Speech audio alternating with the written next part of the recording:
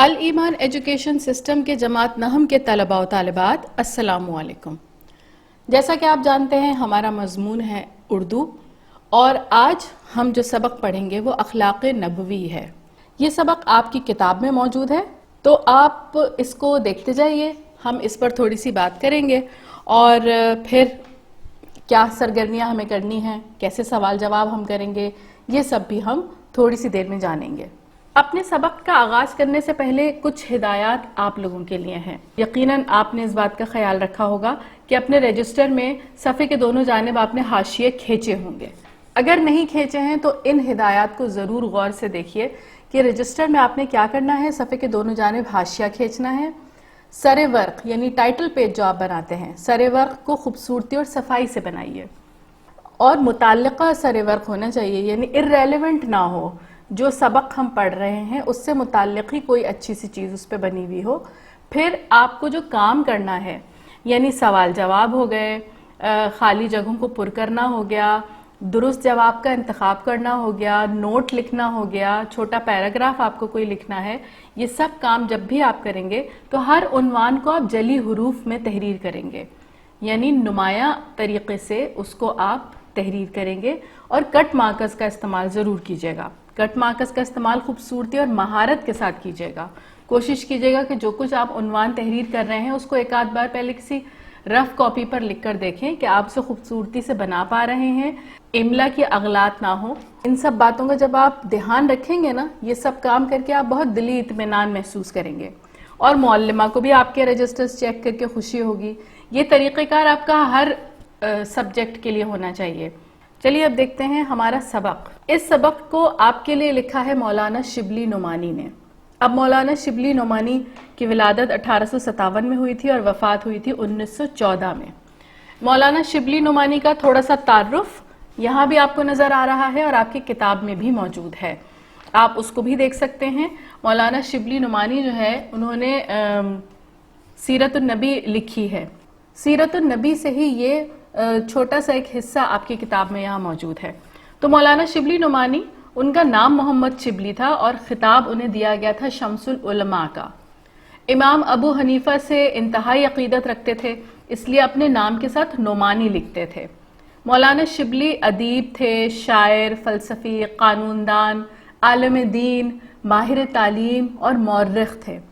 آپ کی تصانیف میں سیرت النبی صلی اللہ علیہ وآلہ وسلم، الفاروق، سیرت النعمان، الغزالی، المامون اور سوانح مولانا روم جیسی بلند پایہ کتب شامل ہیں۔ یہ ایک چھوٹا سا تعارف تھا مولانا شبلی نعمانی کا، جنہوں نے سیرت النبی صلی اللہ علیہ وآلہ وسلم لکھی، جس کا ایک حصہ آپ اس میں پڑھیں گے، جس کا ایک حصہ آپ کے نصاب میں شامل ہے۔ اخلاق نبوی صلی اللہ علیہ وآلہ وسلم۔ خدا کی قسم، اللہ آپ کو کبھی غمگین نہیں کرے گا۔ آپ صلہ رحمی کرتے ہیں، مقروضوں کا بار اٹھاتے ہیں، غریبوں کی اعانت کرتے ہیں، مہمانوں کی ضیافتیں کرتے ہیں، حق کی بات کرتے ہیں، مصیبت میں لوگوں کے کام آتے ہیں۔ یہ محبت بھری تسلی حضرت خدیجہ رضی اللہ عنہا اپنے شوہر کو دیتی ہیں۔ کس وقت؟ جب وہ لوگوں کی باتوں سے دل برداشتہ ہو رہے ہیں۔ اور شوہر بھی کون؟ آقائے دو جہاں صلی اللہ علیہ وآلہ وسلم، کہ جن کے لیے اللہ نے یہ کائنات تخلیق کی۔ رحمت للعالمین حضرت محمد مصطفیٰ صلی اللہ علیہ وآلہ وسلم کی زندگی کا ہر پہلو قابل تقلید ہے، لیکن بہترین اخلاق ان کی زندگی کا ایک ایسا رخ ہے جس پر نظر ڈالنے سے ہمیں یہ اندازہ ہوتا ہے کہ مشکلات اور پریشانیاں کم کی جا سکتی ہیں اگر مخلوق خدا کے ساتھ ہمارا رویہ بہترین اور انسانیت سے بھرا ہوا ہو۔ اردو زبان میں سیرت النبی پر اچھا خاصا ذخیرہ موجود ہے، اور ایسی قابل ذکر کتابیں بھی موجود ہیں جو دنیا کی کسی زبان میں نہیں پائی جاتی۔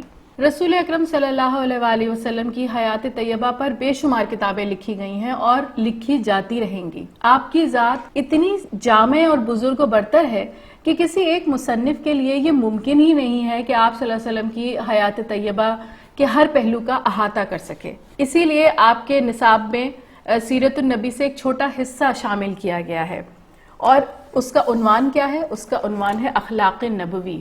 یہ بات ہم سب جانتے ہیں کہ حضور اکرم صلی اللہ علیہ وآلہ وسلم بہترین اخلاق کے مالک تھے، اور اس کی بے شمار مثالیں ہم چھوٹی جماعتوں سے لے کر بڑے ہونے تک اور شعور کی عمر تک پہنچنے تک پڑھتے رہتے ہیں۔ ایک مصنف کے لیے یہ ممکن نہیں ہے کہ سیرت طیبہ کے ہر پہلو پر نظر ڈال سکے، اس کا احاطہ کر سکے۔ ہر بار ہمیں کوئی نئی بات پتہ چلتی ہے اور جس سے ہمیں اس بات کا یقین ہو جاتا ہے کہ وہ رحمت للعالمین ہیں، یعنی تمام جہانوں کے لیے اللہ تعالیٰ نے ان کو رحمت بنا کر بھیجا۔ اچھا بچوں، آپ اس سبق کی خاموش خوانی کیجئے گا۔ اس میں آپ کو چھوٹے چھوٹے سے واقعات ملتے ہیں جو مختلف صحابہ نے بتائے کہ انہوں نے حضور اکرم صلی اللہ علیہ وسلم کے اخلاق کو کیسا پایا۔ اس کے بعد ہمارے پاس کچھ سوال جواب موجود ہیں۔ یہ سوال، ان کے جوابات میں نے آپ کے لیے یہاں تحریر کیے ہیں، ان کو آپ دیکھیے، اور آپ کو پتہ ہے نا کہ یہ کام ہم کیسے کرتے ہیں۔ سوال اتاریں گے اپنے رجسٹر میں اور اس کے بعد اس کا جواب تحریر کریں گے۔ تو پہلا سوال ہمارے پاس ہے، حضرت خدیجۃ الکبریٰ رضی اللہ عنہا زمانہ آغاز وحی میں آپ صلی اللہ علیہ وآلہ وسلم کو کن الفاظ میں تسلی دیتی تھیں؟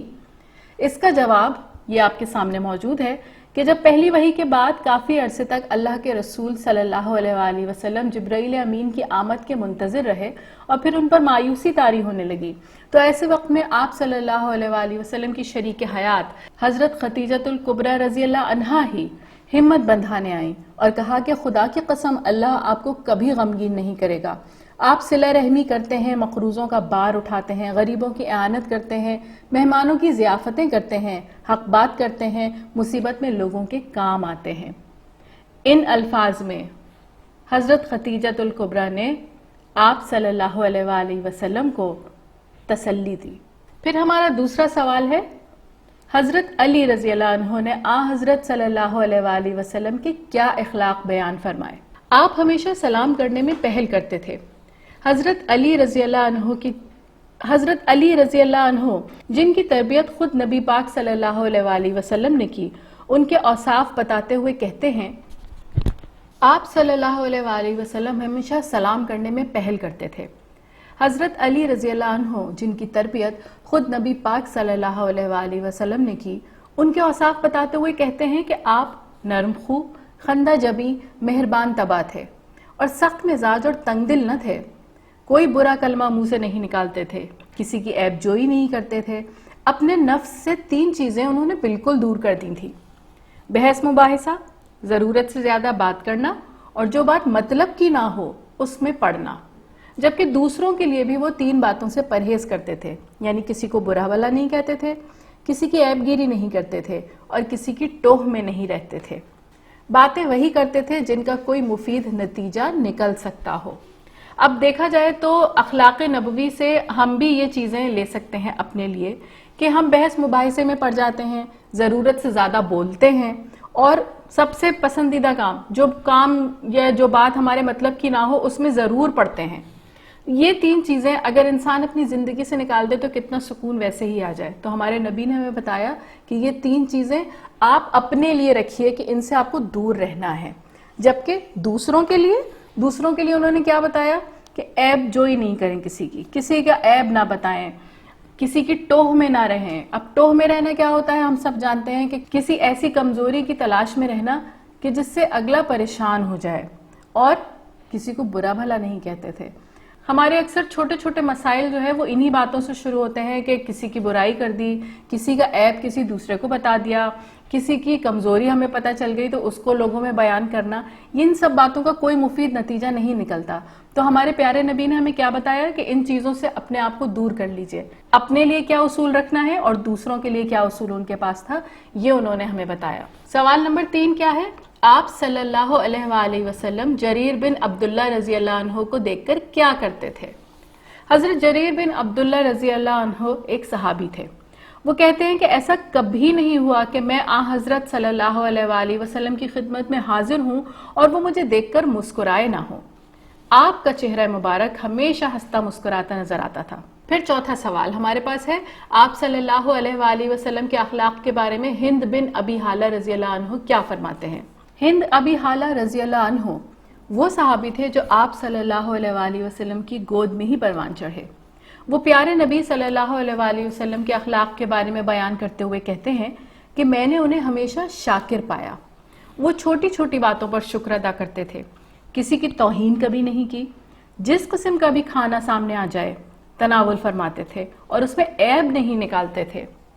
پیارے بچوں، ہم اپنی اس عادت، اگر ہم اپنی اسی عادت پر غور کر لیں تو کیا ایسا کوئی دن گزرتا ہے کہ جب ہم نے پورا دن ملنے والا جو بھی کھانا ہے اس کو خوش ہو کر کھایا ہو، چاہے وہ ہماری پسند کا ہو یا نہ ہو، ہم نے اس پر شکر بھیجا ہو؟ نہیں ہوتا نا۔ ہم لوگ اکثر اپنی امی سے شکایت کرتے ہیں کہ آج آپ نے میری پسند کا کھانا نہیں پکایا، یا آپ روزانہ یہ کھانا بنا لیتی ہیں، یا گھر میں بس یہی پکتا رہتا ہے۔ اور پھر اگر ہم مجبوراً کھانا کھانے بیٹھ جاتے ہیں تو بہت برا منہ بنا کر بیٹھتے ہیں، بار بار کھانے کی برائی کر رہے ہوتے ہیں، دوسرے لوگوں کو بھی ترغیب دے رہے ہوتے ہیں کہ اس کھانے میں کیڑے نکالیں، ہے نا؟ ایسا ہوتا ہے نا؟ چلیے روز نہ صحیح، لیکن کسی نہ کسی دن ایسا ہم کر گزرتے ہیں۔ پیارے نبی صلی اللہ علیہ وآلہ وسلم کے لیے ہمیشہ یہ بات ہم نے سنی ہے کہ وہ کبھی کھانے میں عیب نہیں نکالتے تھے۔ ان کے سامنے جو چیز بھی رکھ دی جائے وہ اس کو اچھی طرح تناول فرماتے تھے، اللہ کا شکر ادا کرتے تھے، اور اگر انہیں کوئی چیز نہیں پسند آتی تھی تب بھی وہ اس کا اظہار نہیں کرتے تھے، خاموشی سے کھانا کھاتے تھے اور اللہ کا شکر ادا کرتے تھے۔ تو ہمیں چھوٹی چھوٹی باتوں پر شکر ادا کرتے رہنا چاہیے، اور یہ تو بہت بڑی بات ہے کہ اللہ تعالیٰ ہمیں پیٹ بھر کر کھانے کے لیے دیتے ہیں۔ تو ہمیں اس سنت پر عمل کرنا چاہیے کہ ہمارے نبی کھانے کے وقت کیا کیا کرتے تھے، اور چھوٹی چھوٹی باتوں پر شکر بھی بھیجتے رہنا چاہیے۔ حضرت عتبان بن مالک رضی اللہ عنہ نے حضرت صلی اللہ علیہ وآلہ وسلم سے کیا درخواست کی؟ حضرت عتبان بن مالک رضی اللہ عنہ بدری صحابی تھے۔ وہ اپنے محلے کی مسجد میں امامت کیا کرتے تھے۔ برسات کے زمانے میں انہیں مسجد جانے میں دقت ہوتی تھی اور وجہ تھی ان کی بینائی میں کمی۔ تو انہوں نے آپ صلی اللہ علیہ وآلہ وسلم سے درخواست کی کہ اگر آپ میرے گھر تشریف لا کر نماز ادا کر لیں تو میں اسی جگہ کو سجدہ گاہ بنا لیتا۔ دوسرے دن حضرت صلی اللہ علیہ وسلم صبح سویرے حضرت ابوبکر صدیق رضی اللہ عنہ کے ہمراہی میں عتبان بن مالک کے گھر تشریف لائے اور ان سے نماز ادا کرنے کے لیے جگہ پوچھی۔ بتانے پر وہاں تکبیر کہہ کر 2 رکعت نماز ادا کی۔ اس سے ہمیں یہ پتہ چلتا ہے کہ کسی کی پریشانی کو کم کر دینا، اس کی مشکل کو آسان کر دینا کتنا نیکی کا کام ہے۔ یہ کام ہمارے پیارے نبی نے ہمیں کر کے دکھایا، اور بہت سہولت کے ساتھ ان کے گھر جا کر وہاں 2 رکعت نماز ادا کی تاکہ مستقبل میں ان کو کسی پریشانی سے بچایا جا سکے۔ تو بچوں، یہ ہمارے سوال جواب کی سرگرمی تھی جو یہاں مکمل ہوئی۔ آپ کو یہ کام اپنے رجسٹر میں کرنا ہے۔ طریقہ کار میں نے آپ کو شروع میں بتایا تھا کہ یہ کام کس طرح آپ کریں گے۔ جب تک آپ اخلاق نبوی کو اچھی طرح پڑھیے اور ان سوالوں کے جواب تلاش کیجئے جو آپ کی کتاب میں موجود ہیں۔ جزاک اللہ۔